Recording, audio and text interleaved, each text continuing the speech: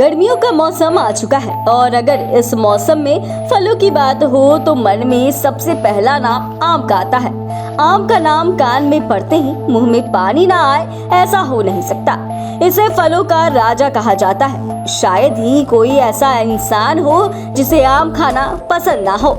किसी को पसंद ना भी हो तो एक न एक बार उसका स्वाद तो जरूर चखा ही होगा। आम को लोग केवल फल के रूप में ही नहीं बल्कि चटनी, अचार, शेक, पन्ना के रूप में भी खाते हैं। पूरी दुनिया में आमों की 1500 से ज्यादा किस्में हैं, जिनमें 1000 किस्में तो अकेले भारत में उगाई जाती है। इन्हीं 1000 वैरायटी में से एक है लंगड़ा आम।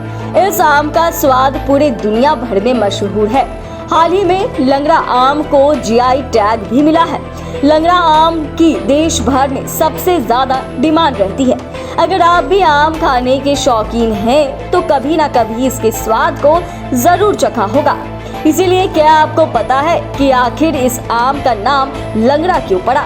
अगर नहीं पता तो चलिए आपको इस वीडियो में बताते हैं सब कुछ। दरअसल लंगड़ा आम का इतिहास करीब 300 साल पुराना है। रिपोर्ट के अनुसार इसकी पैदावार की शुरुआत यूपी के बनारस से हुई थी। कहा जाता है कि बनारस के एक छोटे से शिव मंदिर में एक साधु आए। वो अपने साथ आम के 2 छोटे छोटे पौधे लेकर आए, जिन्हें उन्होंने मंदिर के पीछे लगा दिया। साधु रोजाना आम के पौधों में पानी दिया करते और उनका ख्याल रखते। साधु मंदिर में करीब 4 साल तक रहे। इस वक्त में पेड़ काफी बड़े हो गए। जब आम की मंजरियां निकल आई तो उन्होंने इसे तोड़कर भगवान शंकर पर चढ़ाया। साधु ने कहा कि उनका मंदिर में आने का उद्देश्य पूरा हो गया है। वो सुबह होते ही मंदिर से चले गए और आम के पेड़ का ध्यान रखने की जिम्मेदारी मंदिर के एक पुजारी को दे दी। उन्होंने कहा कि जब पेड़ का आम आ जाए तो उन्हें कई हिस्सों में काटकर भगवान शिव पर चढ़ा दे और भक्तों में प्रसाद के रूप में बांट दे। वहीं साधु ने पुजारी से ये भी कहा कि पेड़ की कलम और गुठली किसी को ना दे। आम की गुठलियों को आग में जला दे, वरना कोई इसे रोककर नए पौधे उगा लेंगे। पुजारी ने साधु की बात का पूरा ख्याल रखा। वो कई सालों तक आम को काटकर भगवान के सामने चढ़ाता रहा और मंदिर के भक्तों को भी प्रसाद के रूप में देता रहा। लेकिन जो भी प्रसाद में आम खाता वो उसके स्वाद को दीवाना हो जाता।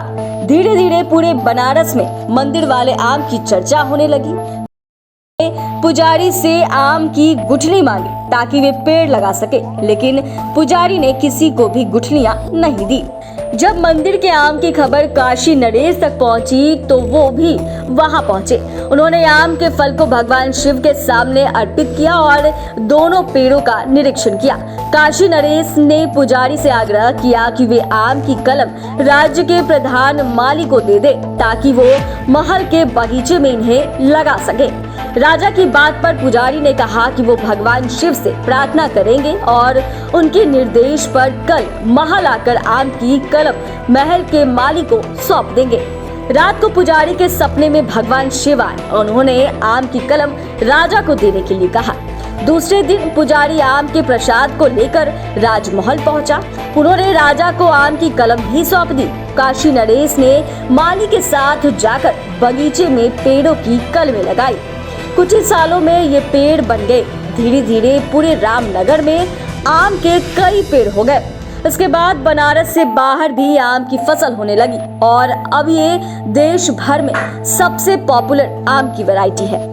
लंगड़ा आम की कहानी तो आपको पता चल गई, लेकिन अब आप सोच रहे होंगे कि हमने अभी तक आपको इस स्वादिष्ट आम के लंगड़ा नाम पड़ने के पीछे का राज तो अभी तक नहीं बताया।